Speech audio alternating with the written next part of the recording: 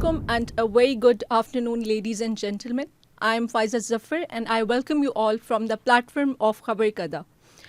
Pakistan is once again confronting an alarming resurgence of terrorism that threatens not only national security but also the country's economic ambitions, social cohesion, as well as regional stability. A series of coordinated attacks in Balochistan as well as in Khyber Pakhtunkhwa has claimed the lives of security personnel, citizens, underscoring the evolving sophistication of militant networks.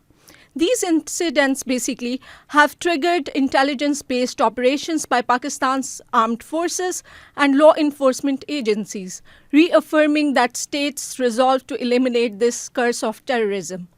In this context, we have a very special guest with us, Mr. Shahryar Khan, who is a prominent youth leader, public policy advocate, and the founding voice behind the National Dialogue Forum, which is a platform dedicated to fostering inclusive national conversations on democracy, governance, youth empowerment, constitutional rights, as well as social cohesion. Thank you so much, sir, for joining us, for your time and your presence. Thank you, Farzan. Sir, Pakistan has been witnessing a resurgence of terrorism in the recent times, especially over the past 1 year. From your perspective, what are the primary, drivers for this entire curse of terrorism? So I will be bilingual. So Sure. I'll want to give my message across to all various stakeholders in the government internationally, as well as the people of Pakistan. So I'll Bilkul. try to keep it bilingual. Bilkul, sir. So ऐसे ही it's होगा. easier for everyone to understand. So when we talk about the drivers of conflict or the drivers of radicalization, these are two different areas that we need to talk about. But the latest resurgence of terrorism that you alluded to, this has seen a spike after the Taliban takeover of Afghanistan in August 2021. And since then, we're seeing a major spike in terrorist attacks, cross-border infiltration of TTP groups, and various other groups that have been operating from the Afghan soil. We also need to keep in mind that when the Taliban came into power in 2021, this was due to the Doha peace agreement that was signed with the US and Taliban. And there were a lot of caveats in that peace agreement. One being that Afghanistan will basically be more inclusive in nature. Afghan soil will not be used for any terrorist attacks in any neighboring countries. Yeah. And obviously they will, take care of human rights and concerns of the international community. Now, if you talk about all of these three caveats, these three very important points, the Taliban haven't fulfilled any of these obligations that were signed. When we talk about the Afghan soil being used for cross-border terrorism and infiltration, Pakistan, as well as the rest of the countries, they're all facing issues of security. Pakistan being the most aggrieved party, because we've lost a lot of civilians and law enforcement and military. But if you look at Tajikistan, Uzbekistan, Iran, most of Afghanistan's neighbors, the key and the primary concern they have with the Afghan government is terrorism, security, cross-border infiltration, and various terrorist entities of all shapes, sizes, and colors that are there in Afghanistan. And then later on, we talk about trade, we talk about some sort of cooperation, international aid, migration-related issues, gender, women's rights. So these are very secondary. If you look at the concerns, the primary concern is always security. So this is how the whole security landscape outside Pakistan was developing. Now, if you talk about the drivers of conflict within Pakistan, they're different. These are Pakistan's internal security challenges. These are the drivers of conflict that are emanating from Pakistan. So this goes back to the merger of FATA into KP. There were a lot of constitutional and governance related reforms that needed to be done, which unfortunately were not taken as seriously as it was required. There were various internal security policies. I worked on one of them, National Internal Security Policy 2018. This was formulated when Pakistan was coming out of a successful military operation, Zarbul Azab, if you remember, in like around 2017, 2018. At that time, the government of Pakistan thought that they had eliminated terrorism because the terrorist incidents had like almost gone down to zero.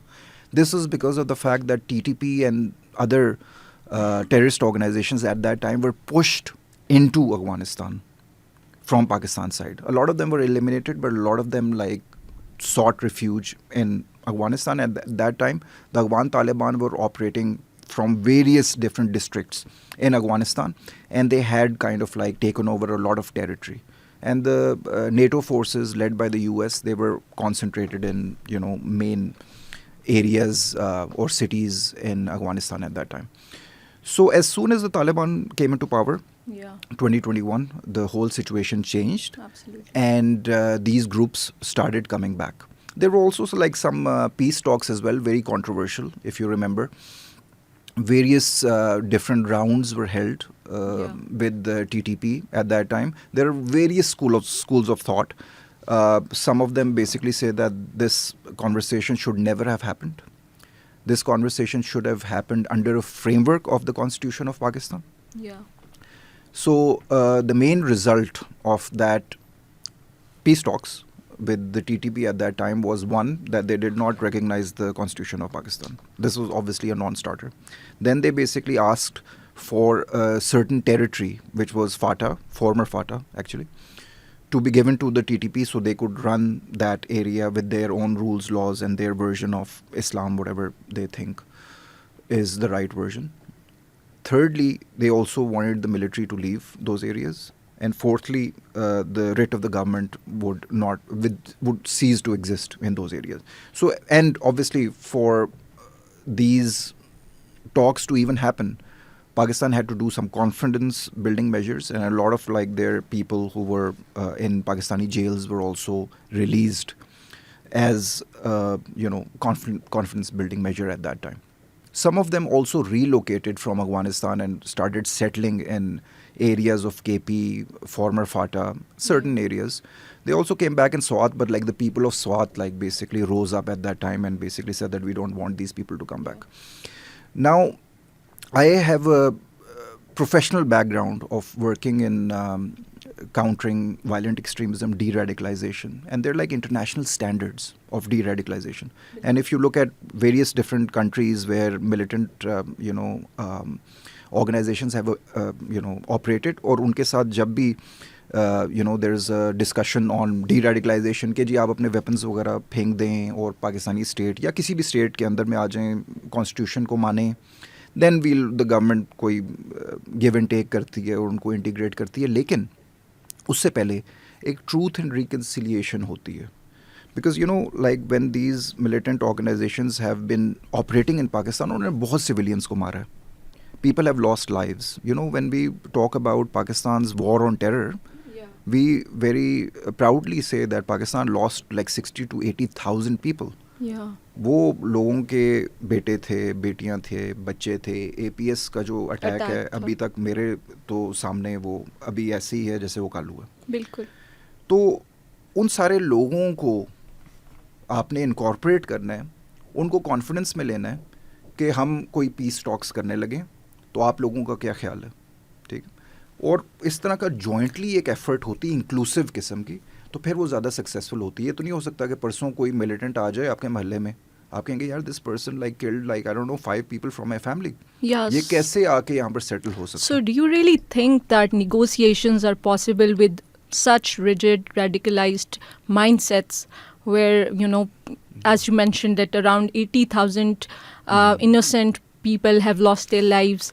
So is there any possibility with such mindsets? And also you mentioned about TTP. There are a lot of other organizations जो कि इसी तरह की तंजीमें हैं internationally जिन्हें ban किया गया है. उनके क्या motives हैं and what do you think? What is your stance on that? देखिए, हमेशा एक नई कॉम्प्लिकेटेड सिनेरियो रहेगा. आप इंटरनेशनल स्टैंडर्ड्स देख लें, इंटरनेशनल एग्जांपल्स देख लें, आप पाकिस्तान के एग्जांपल्स देख लें. देखें, जब ये बात आती है ना हार्ड कोर आइडियोलॉजिकल इस्लामिस्ट से मेरा मतलब ये है, मुझे ये लफ्ज़ यूज़ करना अच्छा नहीं लगता क्योंकि उसमें हमारा रिलीजन जो है उसकी रेपुटेशन जो है ना वो इफ़ेक्ट होती है, लेकिन आप कह सकते हैं कि रिलीजियसली मोटिवेटेड जो टेररिस्ट ऑर्गेनाइजेशंस हैं, आइडियोलॉजिकल जो हैं।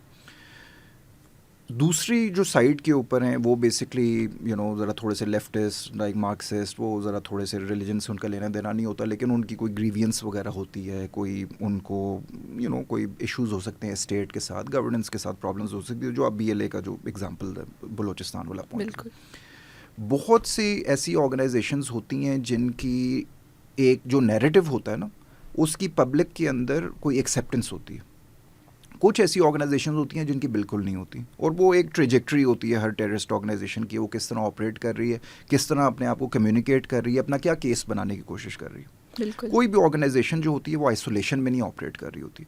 TTP का अगर हिस्ट्री अगर देखी जाए तो एक ज़माना था जिसमें लोगों की थोड़ी सी सिंपैथी थी उनकी तरफ। ये मैं अब आपको ले जाऊंगा कोई अराउंड 2010 के टाइम पे, आप तो मेरे ख्याल में उस टाइम पे काफ़ी यंग होंगी, लेकिन आई रिमेंबर वेरी वेल कि उस टाइम पे पार्लियामेंट में डिबेट होती थी कि whether there should be a military operation और नॉट। और मैं बड़े आपको कॉन्फिडेंस से बता सकता हूँ, आधे से ज़्यादा पार्लियामेंट कहता था कि नहीं, आप इनसे बात करें, these are are long lost brothers, इनके अगेंस्ट आपको मिलिट्री ऑपरेशन नहीं वो करना। माइंडसेट ऐसा था, आई थिंक वो एक इन्फ्लुएंस था रिलीजियस ही। वो उस टाइम पे ना एक पॉलिटिकल और सिक्योरिटी एनवायरनमेंट बड़ी जी। डिफरेंट थी। देखें उस टाइम पे देखें वो अफगानिस्तान में नेटो था, बिल्कुल, it was not a very popular war. या पाकिस्तानी स्टेट और हमारे स्टेक होल्डर्स भी जो थे वो भी डिफ्रेंशिएट करते थे कि यार ये गुड तालिबान है, ये बैड तालिबान है। गुड तालिबान उस टाइम पे कौन थे? आपके जो अभी TTA वाले हैं, जो अफगान हैं। नैरेटिव क्या बनाया जाता था कि यार एक फॉरेन पावर आई हुई है अफगानिस्तान में और ये फ्रीडम के लिए लड़ रहे हैं, तो हमारी इनसे दुश्मनी नहीं है। TTP वाले जो थे वो पाकिस्तानी स्टेट के अगेंस्ट लड़ रहे थे। क्यों? क्योंकि वो ये कहते थे कि आपने क्यों US और वॉर ऑन टेरर जो है वो ज्वाइन की। ठीक है, पहले तो जब USSR के साथ मामलात चल रहे थे तो तब आपने इनको मुजाहिदीन कह दिया, और अब जब 9/11 हो गया है और आपने US की साइड ज्वाइन कर ली तो आपने बिट्रे किया। उनका ये नैरेटिव था उस टाइम पे।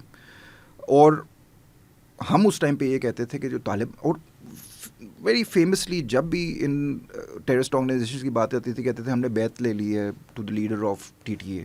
ओपनली वो कहते थे, और हम कहते थे कि नहीं ये सेपरेट है। वो तो ओपनली पहले दिन से कह रहे थे कि भाई हम तालिबान का हिस्सा हैं। ठीक है, उन्होंने तो कभी भी कन्फ्यूजन नहीं शो की कहीं से भी। ये कन्फ्यूजन हमने अपनी आवाम के माइंड के अंदर डाली कि नहीं ये दो डिफरेंट एंटिटीज़ हैं, और वो नतीजा उसका ये है कि अब हम 2026 में आ गए। बिल्कुल, इतना टाइम गुजर गया है और अब आप और मैं बैठ के ये बात कर रहे हैं कि ये दोनों तो एक ही एंटिटी है। बिल्कुल। तो क्या ये उस टाइम पे सेपरेट एंटिटी थी और बाद में मर्ज हो गई? ठीक है, ये हमेशा मर्ज थे। बिल्कुल, दे वर ऑलवेज फाइटिंग टुगेदर। या ये 80s 90s 2000s, ठीक है, नाम और शेड्स और कैरेक्टर्स आते रहे जाते रहे, लेकिन at the end of the day these were always one organisation. वो ओपनली कहते हैं, उनके मैगजीन्स आते हैं, उनका एक प्रोपेगेंडा पूरा मशीनरी है, उस मशीनरी के अंदर उन्होंने बड़ा ओपनली ये चीज़ कही है, और ये सारी चीज़ें कल्मिनेट कर चुकी हैं आफ्टर अफगान सिचुएशन। अब आपको मैं एक बड़े मज़े का सिनारियो पेंट करता हूँ जिसको ना बहुत से लोग, क्योंकि हम जब ये टेररिज्म वगैरह को देखते हैं और इन इश्यूज़ को जब हम एनालाइज करते हैं ना, तो हम ये देखते हैं कि कितने लोग मर गए। जाफर एक्सप्रेस पे अटैक हो गया, किसी माइन के लोगों को अटैक किया, उनको किडनैप कर लिया, चाइनीज़ ऑफिशियल्स जो वर्कर्स हैं, ठीक है। उसके बाद किसी क्या नाम है चौकी के ऊपर अटैक हो गया, कुछ लोगों को अगवा कर लिया गया। तो we basically tend to focus on the micro level. अगर आप ग्लोबल जियोपॉलिटिक्स को अगर नोट करना शुरू करें, बिल्कुल, तो पाकिस्तान की जो हमेशा लोकेशन रही है जहाँ पर पाकिस्तान बेस करता है, बिल्कुल, वो एक हमेशा कंटेस्टेड स्पेस रही है for global powers, for influence, no doubt. और वहाँ पर सबसे ज़्यादा जो अनस्टेबल एरिया है वो अफगानिस्तान का रहा है। And this has been happening since the 80s, जब पहली दफ़ा USSR केम, उसके बाद 9/11, उसके बाद वेरियस डिफरेंट इवेंट्स, लेकिन at the centre of that event was always the geographical location. कुछ लोगों को सिक्योरिटी के इश्यूज थे, कुछ लोगों को वहाँ पर माइंस चाहिए थी, कुछ लोगों को वहाँ पर एक्सट्रैक्शन करनी थी, कुछ लोगों को एक लोकेशन चाहिए थी जो स्ट्रेटेजिक है बहुत और ज़्यादा. जैसे अभी China Pakistan Everything. Economic corridor है और उसका पूरा इन्फ्लुएंस है. अब जो सिचुएशन इमर्ज हो रही है, Balochistan, KP, FATA, we talk about terrorism, लेकिन मैं इसको अब बड़ा तेज़ी से पिछले 2-3 साल से या 4 साल से कनेक्ट होता हुआ देख रहा हूँ इंटरनेशनल जियो पॉलिटिक्स से. सबसे पहले तो जैसे ही यूएस जो है वो 2021 में व्हेन दे लेफ्ट अफगानिस्तान, एक तो वहाँ पर वैक्यूम बन गया क्योंकि आफ्टर 21 साल a super power left Afghanistan. जब भी एक सुपर पावर एक रीजन में होती है तो वहाँ पर फिर कंपीटिंग इंटरेस्ट्स होते हैं, कुछ लोग अपने आप को अलाइन करते हैं, कुछ उसको अपोज करते हैं, यू नो, एक बड़ा ही एक मिक्स सा ड्रामा होता है. लेकिन हम ये भूल जाते हैं क्योंकि उस टाइम पे फोकस ये होता है ना कि यार ये चले जाएंगे किसी तरीके से. जब वो चले जाते हैं तो वहाँ पर एक वैक्यूम क्रिएट होता है, और जब वो वैक्यूम क्रिएट होता है वहाँ पर फिर कंपीटिंग जो पावर्स होती हैं वो आती हैं, वो कहती है कि हाँ अब आगे डिस्पेंसेशन क्या होगी, we want to make sure कि हमारे इंटरेस्ट जो हैं वो प्रोटेक्ट हों. बिल्कुल ऐसे. एक तो ये मामला था जब तालिबान आए. तालिबान आने की एक अच्छी चीज़ भी हुई. अच्छी चीज़ सिर्फ एक ये हुई रीजन के पॉइंट ऑफ व्यू से कि एक एंटिटी अफगानिस्तान में पहली दफ़ा उसने सारी ज्योग्राफिकल को कंट्रोल किया. क्या पहले तो वॉरलॉर्ड्स होते थे, कभी ये ग्रुप है कभी वो ग्रुप है, वो उससे लड़ रहा है, दे हैव अ हिस्ट्री. लेकिन शहरियार साहब, जैसे अभी आपने ख्वातीन का जिक्र किया, आप देख रहे हैं कि तालिबान का जब से रजीम आया है उनके साथ कितना अनफेयर हो रहा है. हम अक्सर सोशल मीडिया पे देखते हैं कुछ ऐसी वीडियोस होती हैं which we can't even watch. तो अगर एक औरत है, recently I have gone through a video which was like, एक औरत है जो ऑनलाइन बच्चों को पढ़ाती थी, and she was brutally, you know, she was slapped, she was, you know, harassed. तो इस सिचुएशन में how is it justified such kind of regime? बिल्कुल भी जस्टिफाइड नहीं है. It's not justified at all. उसमें फिर देखें ना, इंटरनेशनल कम्युनिटी के ऊपर एक बर्डन आता है कि भाई आपने पूरे 20 साल लगा दिए वहाँ पर नेशन बिल्डिंग करने के लिए, ठीक है. द डे यू लीव आपने सब कुछ वहाँ पर छोड़ दिया, सारा सामान भी अपना छोड़ दिया, वेपनरी भी छोड़ दी, और उसके साथ ह्यूमन राइट्स और इंटरनेशनल जो आपकी ऑब्लिगेशंस थी उनको भी आपने वहाँ पर छोड़ दिया वेपन्स के साथ. बिल्कुल. तो अब जो मुझे सिचुएशन, और ये सारी की सारी ना वो प्रोमिसेस किए हुए हैं तालिबान ने. It's not like something that is coming out कि हाँ जी हम चले गए हैं अब आप इन चीज़ों का ख्याल रखेंगे. नहीं, that was like written in the Doha agreement. They are back tracking on their obligations. ये चीज़ हम भूल जाते हैं. अच्छा, दूसरी चीज़ बड़ी इम्पोर्टेंट कि सारी जो टेररिस्ट ऑर्गेनाइजेशंस हैं उनको एक अम्ब्रेला मिल गई अंडर द टीटीए. टीटीपी भी वहाँ पर चली गई. अलकायदा के साथ तो पुरानी उनकी एक रिलेशनशिप थी. आईसिस के, जिसको ISKP भी कहते हैं, उनको भी एक एरिया मिल गया कि जहाँ पर वो ऑपरेट वगैरह कर सकते थे. उसके अलावा वेरियस अदर टेररिस्ट ऑर्गेनाइजेशंस हैं, कोई अराउंड 30 के करीब हैं. बिल्कुल. कुछ ये हैं जो चाइना के ऊपर फोकस करती हैं, कुछ IMU टाइप की जो उज़्बेकिस्तान के ऊपर है, ताजिकिस्तान के ऊपर है. सब जो सराउंडिंग कंट्रीज़ हैं उनके सिक्योरिटी कंसर्न्स हैं अफगानिस्तान से. मैं किस तरह देख रहा हूँ, ऑब्वियसली 2021 में सारी दुनिया ने चांस दिया ना. बिल्कुल. उन्होंने कहा कि यार इनको गिव देम सम टाइम, देखते हैं कि ये अभी ना कंसोलिडेट कर रहे हैं, अभी ये गवर्नमेंट बनाएंगे. जो उन्होंने इनिशिएटिव या स्टेप्स लिए, दे वर अगेंस्ट दोहा एग्रीमेंट, और सिचुएशन थी वो बुरी से बुरी तर होती गई. और पाकिस्तान की जहाँ तक बात आती है, पाकिस्तान ने एडवोकेट किया. ये तो अभी इतना डेथ टोल हो गया है, terrorist incidents are through the roof. Sir, आपने नोटिस किया होगा ये लास्ट ईयर से ज़्यादा हो रहा है, और स्पेशली जब से मार्का हक हुए उसके बाद से ये चीज़ें ज़्यादा हो रही हैं. इसके पीछे कोई स्पेसिफिक हमारा नेबर है या क्या है कि ये, मतलब in recent times it has gone to next level? जो मेरा प्रीवियस पॉइंट था ना जियो पॉलिटिक्स का, मैं उसको इसी तरफ लेके आ रहा हूँ अब, कि जब ये एक इंस्टेबिलिटी एक जियोग्राफिकल रीजन में मिल गई which is on the western border of Pakistan. Marka Haq की आप बात करती हैं, ये जो मई में जो अनप्रोवोक्ड अटैक हुआ इंडिया की साइड से, ये आइसोलेशन में नहीं हुआ. एक वहाँ पर अटैक हो जाता है जो आज तक कोई प्रूव नहीं कर सका कि किसने किया. बिल्कुल. वहाँ पर कुछ जो पहलगाम अटैक, पहलगाम, उसके बाद इन्होंने आके अटैक कर दिया. उसके कुछ अरसे के बाद गाज़ा स्टार्ट हो जाता है. और दैट इवेंट अक्टूबर 7 वाली, उसके बाद आप नोट करें कि जो ज़ायनिस्ट एक्सपेंशन है वो रुकी नहीं उस दिन के बाद से, बल्कि वो अभी पूरी आज मिडिल के ईस्ट में दिन, फैल चुकी है जी। अभी जब हम बैठे पॉडकास्ट कर रहे हैं, उन्होंने अच्छा खासा एरिया जो है वो लेबनान का भी कब्जे में कर लिया है, सीरिया का भी कब्जे में कर लिया है, और वो ओपनली कहते हैं, ये तो बाकी सारे वेस्टर्न कंट्रीज़ के अंदर उनके अपोलॉजिस्ट्स बैठे हुए ना कि नहीं नहीं वो ऐसे नहीं है, जी जी जी, उन्होंने तो ओपन डिक्लेयर किया हुआ है कि भाई हमने रुकना ही नहीं। बिल्कुल। अब मैं बहुत अरसे पहले, और मेरे ख्याल में पिछला जब हमने पॉडकास्ट किया था उसमें मैंने ये प्रेडिक्ट किया था कि उन्होंने इवेंचुअली ईरान तक आना है, बिल्कुल। और कोई उसको मानने के लिए तैयार नहीं था उस टाइम पे। दे स्टार्टेड, वो गाज़ा से निकले, उन्होंने वेस्ट बैंक के बाद सीरिया की पूरी मिलिट्री उन्होंने डिस्ट्रॉय की, बिल्कुल ऐसा ही है, ताकि वो दोबारा कभी उनके लिए थ्रेट ना हो सके। उसके बाद दे वेंट टू लेबनान, और उसके बाद आहिस्ता आहिस्ता पूरा no middle one east. Was expecting कि वो ईरान के ऊपर अटैक करेंगे।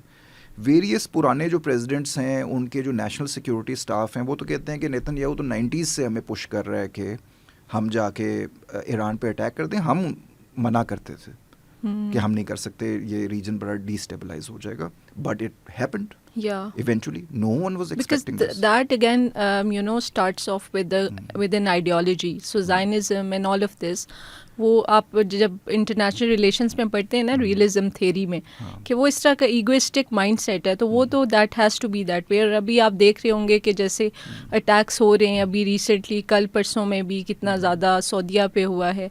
तो सर इसमें जैसे पाकिस्तान का भी रोल था मीडिएशन के अंदर, they have we should definitely acknowledge Pakistan's role as a mediator, that bringing on, to the table after 40 years is a huge landmark achievement. But recently jo sign hua peace deal, and Switzerland में भी जो उसकी followed up ceremony थी memorandum of understanding का, sir उसका हमने देखा कि वो हुआ sign, we were all happy, but कुछ दिनों के अंदर ही उसको ब्रीच कर दिया गया, जैसे आपने जिक्र किया था in other case as well.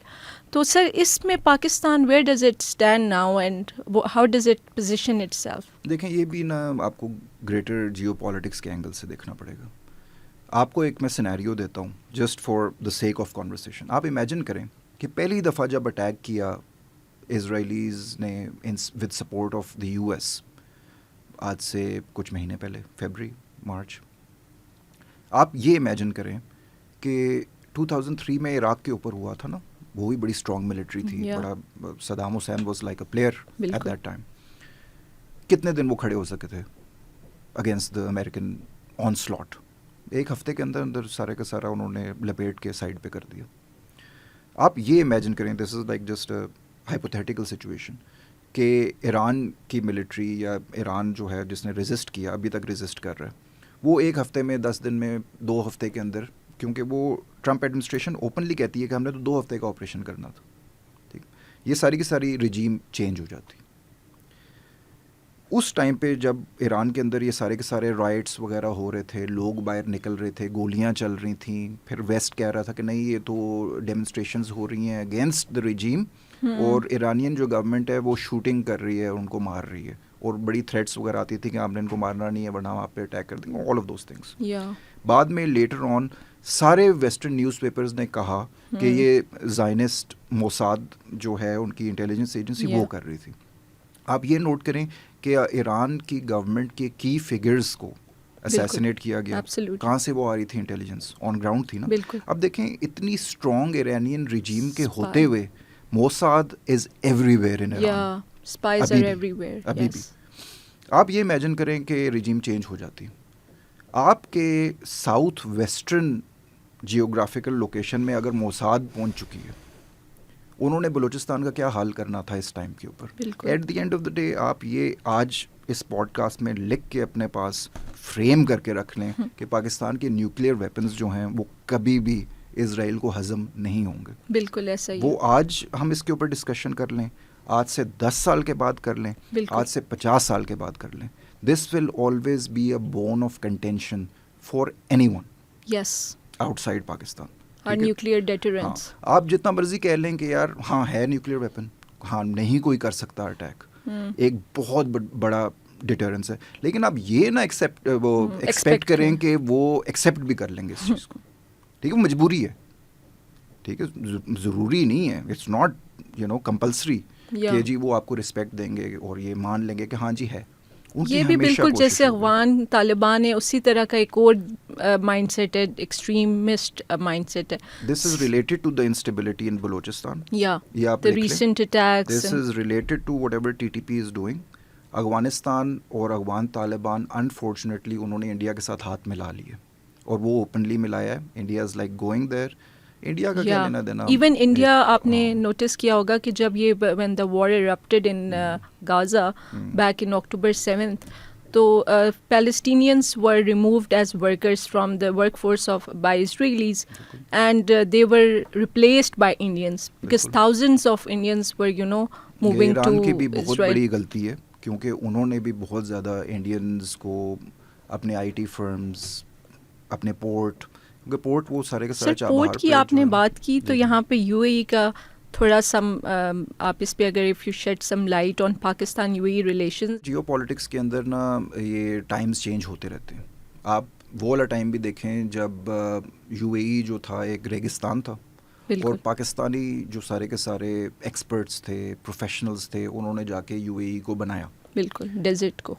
उनकी बैंकिंग इंडस्ट्री उसको खड़ा करने में पाकिस्तानी बैंकर्स का बड़ा रोल है, financial institutions. When it comes to their Emirates airlines, वो पीआईए का बहुत बड़ा रोल है, अपने पायलट्स वगैरह दिए, ट्रेनिंग वगैरह की, सब कुछ। आपकी लेबर और जो वर्कर्स हैं उन्होंने अपनी जानें दी हैं वहाँ पर, और बहुत अच्छी तरह पूरी दुनिया को पता है जो ह्यूमन राइट्स की बात होती है वो बेसिकली वर्कर्स और लेबरर्स के ऊपर होती है, जिनके खून और पसीने के ऊपर इनकी सारी बिल्डिंग्स बनी हैं। तो वो भी एक टाइम था।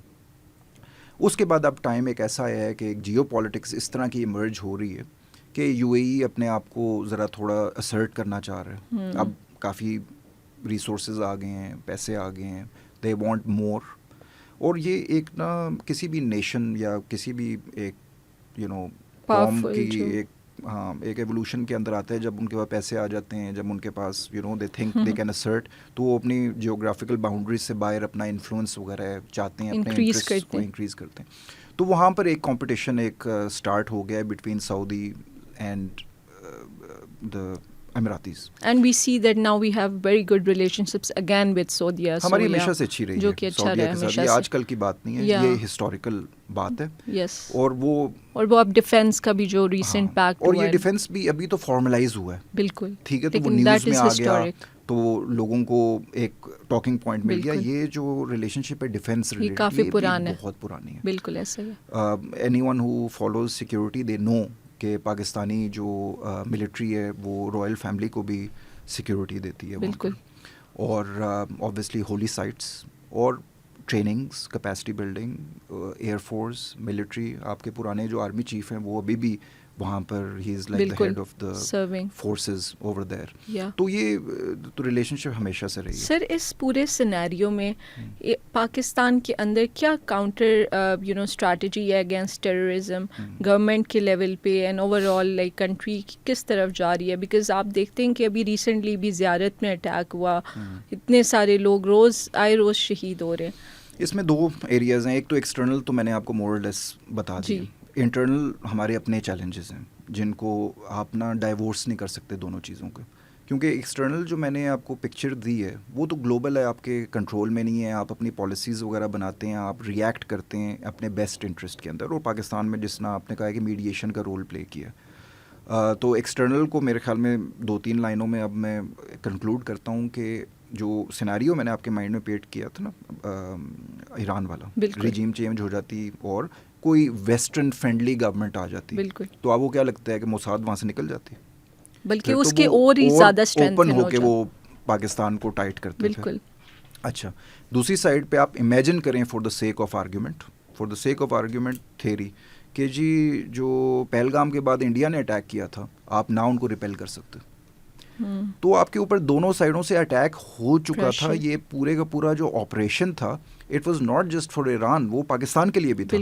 वो तो पाकिस्तान की जो आर्म्ड फोर्सेस हैं, एयर फोर्स हैं, उन्होंने इस तरह उसको रिपेल किया इंडिया को कि पूरे जो वेस्ट हैं वो परेशान रह गए, Yeah. वो चाइनीज़ खुद भी परेशान हो गए थे। वो भी उन्होंने आया, उन्होंने कहा कि हमें भी बताएं कि आपने ये किस तरह किया, हमने ठीक है आपको थोड़ी बहुत technology the, but like the way you basically did this, Yeah. वो हर एक के लिए शॉकिंग था। That is वो an इतना art. बड़ा शॉक था कि ट्रम्प एडमिनिस्ट्रेशन ने अपने रिलेशंस डाउनग्रेड कर दिए इंडिया के उसके बिल्कुल। बाद। उन्होंने कहा कि यार ये तो हम सोच रहे थे, ये तो पाकिस्तान का मुकाबला नहीं कर सकते, ये चाइना का क्या करेंगे। बिल्कुल तो वो आपका ईस्टर्न साइड जो है ना, जी। वो आपने थोड़ी रिलैक्स की। लेकिन आप देखें उस दिन से जो टेररिस्ट अटैक्स हैं अफगानिस्तान में, बिल्कुल बलूचिस्तान, केपी में सारे बढ़ते रहे, क्योंकि इंडिया को ये पता चल गया कि यार ये conventionally it will not be possible. Yeah. एक तो ये कि पूरी दुनिया ने उनका साथ नहीं दिया, उनका Yeah. नैरेटिव जो था किसी ने माना नहीं, उसके बाद मार भी पड़ गई आगे से। तो उन्होंने कहा कि यार let's go back to our old strategy. वो बेसिकली उन्होंने फिर जाके तालिबान से गपशप लगाई। उन्होंने कहा कि हम आपको पैसे भी देंगे, हम आपको सपोर्ट भी देंगे, और अभी ये जो सारी आप चीज़ें मेंशन कर रही हैं ना, सारी ट्रेनिंग, थोड़े बहुत जो रूडिमेंट्री किस्म के ड्रोन्स की कैपेबिलिटी आई है, ये कोई हवा से नहीं आ रही, it's through and by design. और उसके बाद बहुत से ऐसे मिलिट्री ऑपरेशंस होते हैं जिसमें वायरलेस टेक्नोलॉजी भी मिलती है, सैटेलाइट फोन्स वगैरह मिलते हैं। तो ये सारे के सारे अफगान गवर्नमेंट उनको दे रही है ना। टीटीपी तो उस जियोग्राफिकल लोकेशन से बाहर नहीं जा सकती, वो पाकिस्तान आते हैं, उनके पास कौन से पासपोर्ट्स हैं बिल्कुल, जो वो अफगानिस्तान से बाहर जाते होंगे, कुछ लेके आते होंगे, कोई लेके आ रहा है ना वो equipment. These are just agents and spies. हाँ, Yeah. तो वो सपोर्ट जो है वो तालिबान गवर्नमेंट की तरफ से आ रही है। Same is the case with Balochistan. अच्छा जी, अब हम इंटरनली आ जाते हैं, जो आपने मेंशन किया कि विद इन पाकिस्तान क्या हो रहा है। अब ये जो टेररिस्ट ऑर्गेनाइजेशंस हैं, जिस तरह टीटीपी हो गई, बीएलए हो गई, इन्होंने आपस में कोऑर्डिनेशन करना शुरू कर दिया। And this is so interesting कि बीएलए जो है वो अपने आप को लेफ्टिस्ट मार्क्सिस्ट कहती है कि हमारा रिलीजन से कोई ताल्लुक नहीं है, जी। हमें तो स्टेट ऑफ पाकिस्तान से प्रॉब्लम है, हम तो स्टेट ऑफ पाकिस्तान, क्योंकि उनका नैरेटिव ये है कि जी पाकिस्तानी स्टेट जो है वो एक्सट्रैक्शन करती है, हमारे यहाँ पर नेचुरल रिसोर्स को माइनिंग वगैरह जो भी है वो ले जाती है, बलोच अवाम को कुछ नहीं मिलता। उसके बाद वो ये कहते हैं कि जी यहाँ पर पॉलिटिकल इंजीनियरिंग होती है, यहाँ पर रिप्रेजेंटेशन नहीं है। उसके बाद अब तो वो ये कहते हैं कि हमें तो रहना ही नहीं है पाकिस्तान के साथ, हम तो एक सेपरेट बलूचिस्तान बनाएंगे जी। ठीक है, अब तो उनका ये नैरेटिव। टीटीपी जो है वो तो कहती है कि जी हमने कोई अपना इस्लामिक निज़ाम लेके आना है, गवर्नमेंट ऑफ पाकिस्तान की जो कॉन्स्टिट्यूशन है वो नहीं चलेगी, हमें एक जोग्राफिकल लोकेशन दे दें, हम वहाँ पर खुद ही रूल करेंगे, वो उनकी डिमांड है। अब ये एक क्या नाम है, रिलीजियस एक ऑर्गेनाइजेशन टेररिस्ट, दूसरी साइड पे एक मार्क्सिस्ट लेफ्टिस्ट ऑर्गेनाइजेशन, उन दोनों ने हाथ मिला लिया। ठीक है, इट्स वेरी इंटरेस्टिंग। अच्छा, हाथ किस तरह मिलाया? मजीद ब्रिगेड आज से 4-5 साल पहले, रैग टैग मिलिशिया, कोई उनको कुछ पता नहीं था, किसने उनको ट्रेनिंग दी कि सुसाइड बॉम्बिंग किस तरह होती है। ठीक है, कहाँ से आ रहा है ये इक्विपमेंट, कौन उनके लोगों को ट्रेन कर रहा है। ठीक है, पहले तो बीएलए जो थी, अगर आप आज से उसको 5-6 साल पहले देखें, उनके पास तो कोई सही बंदूक नहीं होती थी। एक दफ़ा उन्होंने आके अटैक किया था वो कराची में स्टॉक एक्सचेंज के ऊपर, 5 मिनट के अंदर ऑपरेशन ख़त्म हो गया। अब वो इतने सोफिस्टिकेटेड तरीके से आते हैं, उनके पास ग्राउंड इंटेलिजेंस होती है, उनके पास बहुत से लोग ये कहते हैं कि सैटेलाइट इमेजरी भी होती है कि आपकी फोर्सेस कहाँ पर हैं इस टाइम पे, वो कहाँ से उनको मिलती है। सर, तो वो इतनी एडवांस टेक्नोलॉजी में हमारी काउंटर स्ट्रेटजी क्या है? लाइक हमारी तो क्यों फेलियर हमारा क्यों हो रहा है इसमें, जब हम ये क्लेम करते हैं कि we are one of the best intelligence in the world. उसके ऊपर आते हैं, लेकिन सबसे पहले ना मैंने कुछ मुश्किल बातें आज करनी। ठीक है, मुश्किल बातें ये हैं कि कहा जाता है, ये मैं ऑब्ज़र्व भी करता हूँ क्योंकि हम पूरे पाकिस्तान में काम करते हैं, कि there is a difference between a terrorist organisation and insurgency. ठीक है, 2 डिफरेंट ये प्रॉब्लम्स हैं, इन दोनों की डिफरेंट सॉल्यूशंस हैं। टीटीपी जो है वो एक टेररिस्ट ऑर्गेनाइजेशन है, जिसका केपी के अंदर एज सच कोई सिंपैथी नहीं है, लोग तंग हैं उनसे, नफ़रत करते हैं, specially after the APS attack बहुत ज़्यादा नफ़रत करते हैं। ठीक है, आप ये बात याद रखें, जब गवर्नमेंट ऑफ पाकिस्तान भी उनके साथ निगोशिएशन कर रही थी ना, तो लोग उस टाइम पे भी सड़कों पे थे। ठीक है, स्वात में लोग बाहर निकले, केपी में लोग बाहर निकले, उन्होंने कहा था कि हमने नहीं निगोशिएट करना, हमें ये फीलिंग हो रही है कुछ लोग वापस आ रहे हैं, we are not okay with this. ठीक है, वो बलूचिस्तान की सिचुएशन डिफरेंट है, उनका नैरेटिव जो है वो बेसिकली एक्सेप्ट किया जाता है बलोच लोगों के अंदर। I am talking about south of Balochistan which is called the Baloch belt, north of Balochistan which is the Pashtun belt. और पिछले 1 हफ्ते से आप ये नोट कर लें, वो ज़ियारत वाला अटैक जिसकी तरफ आपने मेंशन किया, this is TTP permeating from the FATA areas into northern Balochistan, वो वहाँ पर भी पहुँच गए। पहले ये फाटा के अराउंड और ये केपी के इलाकों में थे, थोड़ा बहुत DI खान, लकी मरबत वगैरह पहुँच चुके थे। अब ये नॉर्दर्न बलूचिस्तान भी पहुँच चुके हैं। ये जो ज़ियारत है ये मेरे ख्याल में 1 घंटे की ड्राइव है, शायद उससे भी कम, फ्रॉम कोयटा, यस, ठीक है, जहाँ पर ये इंसिडेंट वगैरह हुआ। अब ये 2 जो ऑर्गेनाइजेशंस हैं इन्होंने हाथ मिला लिए। अब ये बेसिकली क्या नाम है, आपस में कोऑपरेट करते हैं। पॉइंट मेरा इंसर्जेंसी का, कि इंसर्जेंसी का जो नैरेटिव होता है वो लोगों के अंदर एक्सेप्टेबल होता है। ये चीज़ हमें अपने माइंड में रख लेनी चाहिए, क्योंकि जब हम पॉलिसी बनाएंगे ना काउंटर टेररिज्म की, तो ये जो पॉलिसी है ये काउंटर इंसर्जेंसी पॉलिसी होगी। This will not be a counter terrorism policy.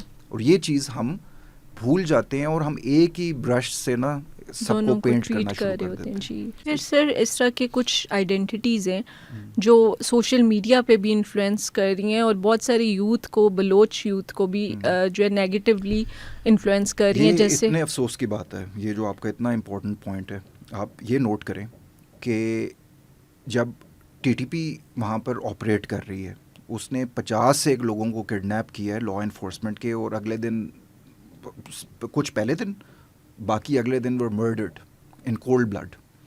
और आप अभी कहीं भी जाके ऑन ग्राउंड आप एक सर्वे करा लें बलूचिस्तान में, साउथ में जो बलोच बेल्ट है वहाँ पर, वो लोग कहेंगे कि ये तो नहीं है टेररिस्ट वगैरह, ये तो कहीं स्टेट खुद ही ना कर रही हो, ठीक है। ये लोग वहाँ पर ये बातें करते हैं इस टाइम पे। ये हालात इस टाइम पे कैसे पहुँच गए कि एक आपकी जो आवाम है और जो आपकी एक गवर्नमेंट है या हुकूमत है उसमें इतना डिस्टेंस आ गया। अब जब हम बात करते हैं ना prevention and countering violent extremism, और गवर्नमेंट क्या कर सकती है या फिर सिविल सोसाइटी क्या कर सकती है, क्या रोल है, सबसे पहले जो रोल आता है ना, जो बंदूकें उठाने से पहले, काउंटर टेररिज्म करने से पहले, वो ये होता है to develop trust between the state and the citizens. Absolutely yes. और उसके ऊपर काम करने की बहुत ज़्यादा ज़रूरत है। इतनी ये भयानक किस्म की सिचुएशन है जिसमें मैं इतना परेशान होता हूँ कि TTP मार रही है, बलोच लॉ इन्फोर्समेंट बंदा मर रहा है, बाकी बलोच कह रहे हैं कि नहीं ये TTP नहीं है, ये तो स्टेट है आपकी। Yeah, that's very unfortunate. And I see it very often, even sir, in Islamabad. और अब we have this conversation and people, even normal citizens here. मैं आपको मजे की बात बताऊँ, ये मैं अगर आपको कहूँ ना 2010, 12, आफ्टर 2005 एक्चुअली, जब TTP ने अटैक करना शुरू किए थे ना पाकिस्तान में, मस्जिदों के अंदर जब सुसाइड बॉम्बिंग्स होती थी, जब बड़े बड़े श्राइन्स वगैरह के ऊपर अटैक्स होते थे, किसी से भी आप उस टाइम पे पूछ लें, वो कहते थे कि नहीं ये तो मुसलमान हो ही नहीं सकते, तो इंडिया करवा रहा है, ये तो TTP नहीं है, ये तो तालिबान तो इतने ज़बरदस्त किस्म के लोग हैं, वो तो US से लड़ रहे हैं, वो तो अपनी लिबरेशन के लिए लड़ रहे हैं, मुसलमान हैं, कभी मुसलमान ना मस्जिद के अंदर सुसाइड बॉम्बिंग नहीं कर सकता। People did not believe this जब तक ये मामलात जो हैं, और वो मुझे लग रहा है कि वो चीज़ अब रिपीट हो रही है और बलोच लोग जो हैं वो कन्फ्यूजन में गए। एंड आई 100% एग्री कि उनकी ग्रीवियंसेस बजाएं, ठीक है, हिस्टोरिकली उनको वो फैसिलिटीज़ नहीं मिली जो रेस्ट ऑफ पाकिस्तान को मिली हैं जी। अब गवर्नमेंट ऑफ पाकिस्तान जो है वो बहुत इनिशिएटिव्स ले रही है बलूचिस्तान के अंदर। देखिए माइंस के अंदर आ रही है इन्वेस्टमेंट, आपको NFC के अंदर पैसे मिल रहे हैं, एजुकेशन के अंदर मिल रही हैं, पूरे पाकिस्तान में स्कॉलरशिप्स हैं उनके लिए, लेकिन अभी भी सबसे ज़्यादा टैक्स माइंस के ऊपर और इन्वेस्टमेंट्स के ऊपर कौन कर रहा है? BLA वाले। बिल्कुल। जब आपके वर्कर्स वहाँ पर जाते हैं, कौन उनको चुन चुन के ID कार्ड देख के मारता है? वो BLA वाले। फिर ये जाफर एक्सप्रेस और इस तरह के इंसिडेंट्स, ये वो सब कुछ। अच्छा, मज़े की एक और जो भयानक बात है कि BLA ने क्या नैरेटिव बनाया हुआ है कि हम तो बलोच लोगों को नहीं मारते, हम तो पंजाबियों को मार रहे। उन्होंने इस तरह की एथनिक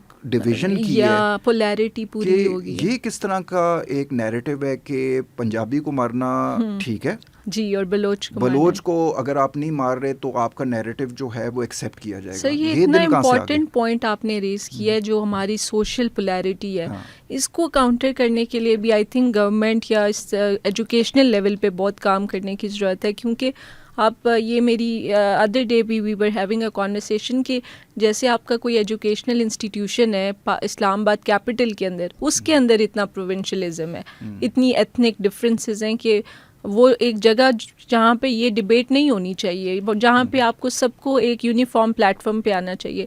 इवन वहाँ पे भी सर अनफॉर्चुनेटली ये पोलैरिटी पाई जाती है। सर इसी उस सिचुएशन में आप क्या समझते हैं कि where do you see the relationship of Pakistan as well as India together? या देखिए, पाकिस्तान और इंडिया की जहाँ तक बात आती है, अभी वो ट्रैक टूल्स के ऊपर बड़ी डिस्कशन लग रही थी, बैक चैनल्स के ऊपर काफ़ी डिस्कशन थी। देखिए, इंडिया के साथ ना अभी जो करंट डिस्पेंसेशन है ना पॉलिटिकल, वहाँ पर जो बीजेपी है, उसके बाद बीजेपी भी तो पॉलिटिकल विंग है ना, उनके हिंदुत्व जो एक आइडियोलॉजी है उनकी, हिंदू सुप्रीमिस्ट, ये बड़ी सिमिलर है। मैंने दोनों को बड़ा स्टडी किया है गौर से। अच्छा, ये बिल्कुल कार्बन कॉपी है ज़ायनिज़्म की। बिल्कुल ठीक है, जो वहाँ पर जूइश सुप्रीमेसी का कॉन्सेप्ट है ना ज़ायनिज़्म के अंदर, ये बिल्कुल कॉपी पेस्टेड है विद हिंदुत्व। वाओ। ठीक है, तो ये आप इतनी जो उनकी आपस में दोस्ती हो गई है और वो जो समझ रहे हैं, और आप देख लें जब से गाज़ा के ऊपर अटैक हुआ है ना, इंडिया ने 100% इंटरनेशनली जो बैकिंग है ना वो इसराइल को दी है। बिल्कुल ऐसा ही है। तो आप इसको पाकिस्तान इंडिया की रिलेशनशिप से ना देखें, आप ये देखें कि ज़ायनिज़्म क्या कर रहा है और इंडिया वो करना चाहता है। बिल्कुल ज़ायनिज़्म अभी वो कर लेता है क्योंकि उनके पास पैसे हैं, उनके पास सुपर पावर की बैकिंग है। ये अपने आप को समझते हैं कि ये ऑलरेडी सुपर पावर बन चुके हैं, इसलिए इनको मार पड़ रही है, क्योंकि नहीं बने, उनको बड़ा टाइम लगेगा। और आप ये नोट करके रख लें कि अगर ये बन गए किसी टाइम पे, तो ये वही हरकतें करेंगे जो वहाँ पर हो रहे हैं मिडल ईस्ट में। तो अगर आपको इस आइडियोलॉजी, इस सोच के लोग जो वहाँ पर पावर में, अगर आपको ये लग रहा है कि आप उनके साथ गपशप लगाएंगे, आप उनके साथ बैक चैनल करेंगे, आप उनके साथ जाके कोई भी हल्की सी वीकनेस दिखाएंगे कि यार हम रेडी हैं, आप बात नहीं कर रही है, वो चढ़ दौड़ेंगे आपके ऊपर। बिल्कुल। और ये मैं हमेशा सारे पॉलिसी मेकर्स को कह रहा हूँ कि अपनी डिग्निटी रखें, treat them as they are treating you.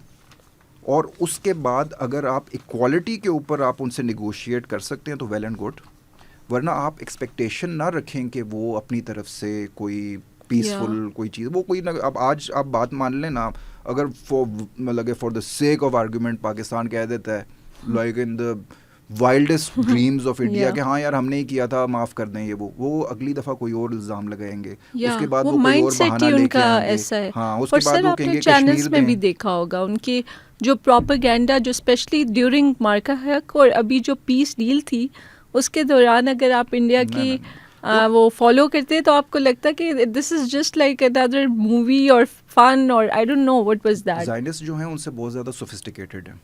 ठीक है, वो They are पिछले professionals. 50-70 साल से उन्होंने एक ग्लोबल नैरेटिव बनाया है। बिल्कुल। और आपने नोट किया है ना कि गाज़ा के बाद कितना उनकी जो पॉपुलैरिटी है ग्लोबली, पॉपुलैरिटी मुस्लिम वर्ल्ड में तो वैसे भी कभी भी नहीं थी, ये तो वेस्ट की प्रॉब्लम है ना, जो हमें भुगतना पड़ रही है। अब वेस्ट में भी आप जाके सर्वेज कर रहे हैं ना लोग, अभी यूएस एडमिनिस्ट्रेशन के पसीने छूटे हुए हैं ना for the elections mid terms, वो इस वजह से छूटे हुए हैं कि उनकी popularity is on the ground.